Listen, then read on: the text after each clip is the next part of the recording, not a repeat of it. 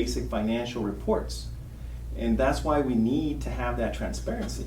So, and from my perspective, there has to be more involvement from the mayor, from the mayor's office, and then also from city council. What other aspects of your style would you imprint upon the city if you were in office? I think the other part of it is just making sure that we're having good dialogue and discussion. You know, we're bringing in all stakeholders when it comes to making these decisions. Whether it's city council bringing in, having a commission bringing in citizens from the community to help in creating our policies, and they can also come in and provide information.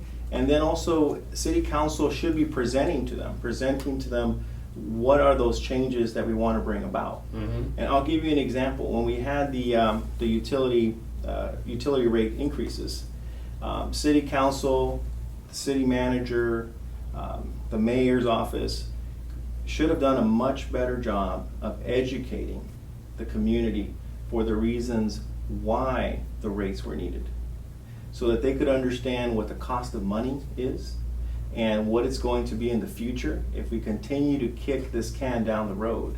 I think of it as a political can that we're just kind of kicking down the road because nobody wants to say, hey, we have to do this. You think it was only a matter of the rates and recovering money, or there's some priorities about what should have been done with utilities that might be in contention as well? I think there's also some of those priorities. If you think about it, the city of Oxnard is the fourth lowest in some of the utility rate increase or the utility rate costs in Ventura County. We haven't kept up with the maintenance of our facilities because we haven't had the revenue. Which would put us about in the middle, right? Pardon me? That's 4 out of 10 cities, which would put us around the middle, and not only other cities have utilities, right? Correct. So how many cities are actually full-service cities that are comparable? There's only a handful of full-service cities. Ventura is one of them. Yeah. So Ventura is a full-service city, and yet we are below Ventura's rate. So we never kept up with those expenses.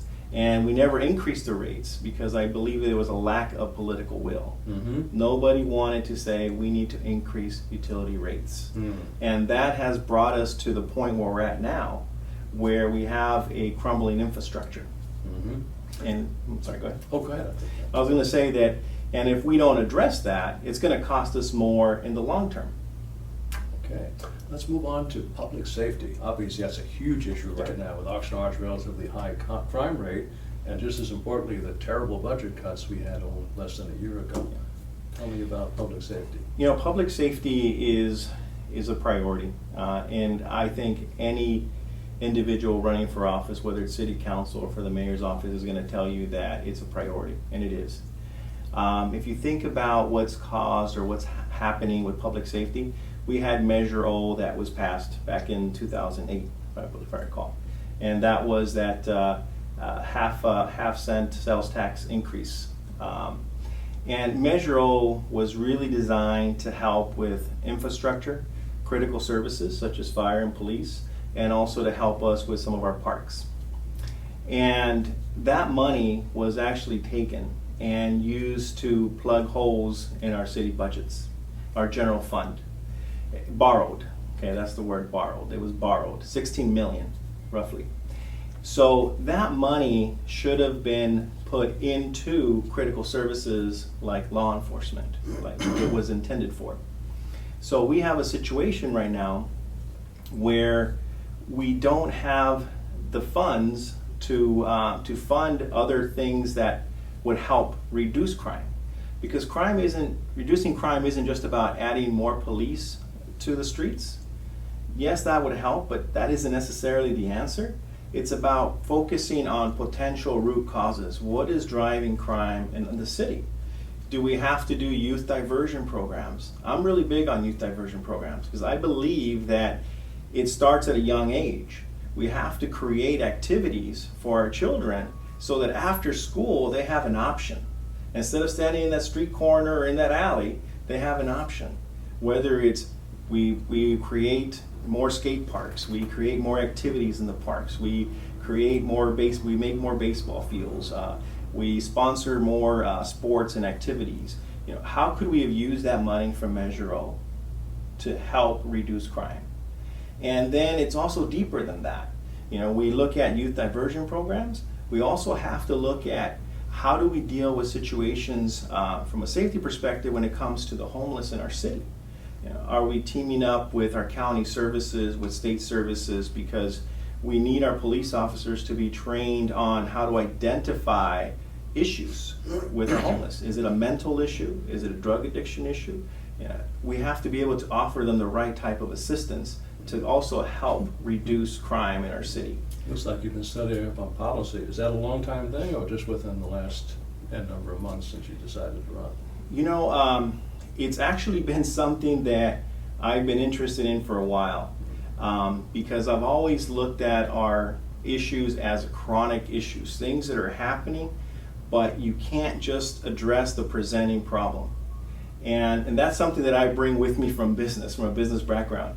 One of the things that I've always done when I go into a market, into a district or an area that's underperforming, we know why it's underperforming. We see that it's underperforming. That's our presenting problem.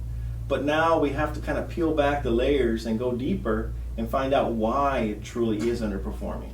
And that's what we do, the root cause analysis, which I've always gone back to, and I know this is something that you're familiar with, the little pyramid. Both manufacturing and productivity guys, right? Exactly, right? So you look at people, process, and leadership, right? What is it that's really driving the issues?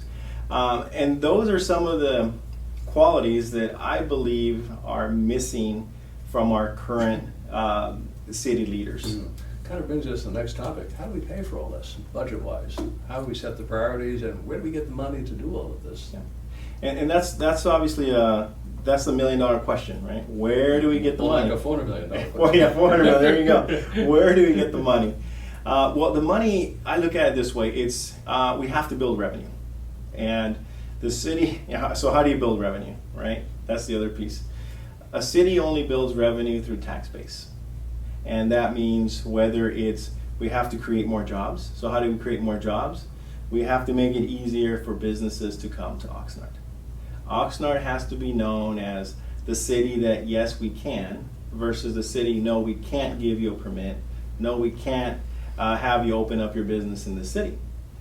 A city only functions when it's able to generate revenue, and that's going to be a tax base, sales taxes. So we need to bring in more businesses. Do we need to raise taxes, or just get more from the base we have already? I don't believe we have to raise taxes. I believe that what it is let's become a yes we can city, and let's allow businesses to come in and help fill those empty buildings that we have throughout the city.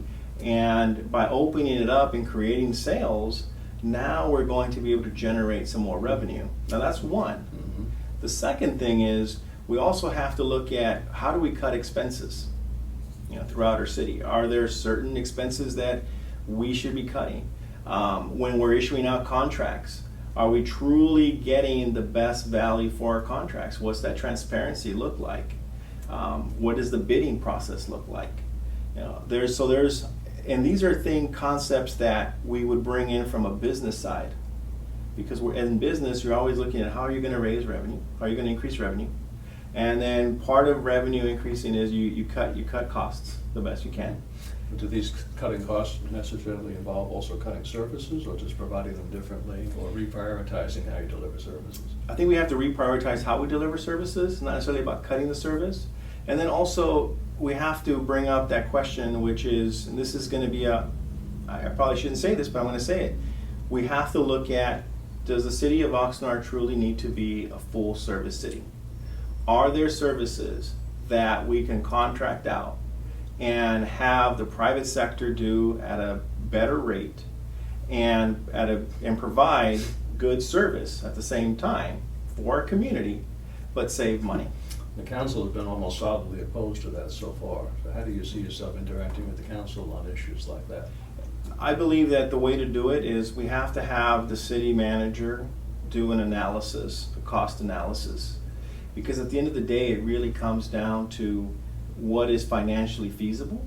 So we have to have a cost analysis to see what is the better of both worlds. Do we continue to be a full service city that provides every service? or are there services that can be provided by the private sector? Hmm. And if there is a cost analysis that determines that it's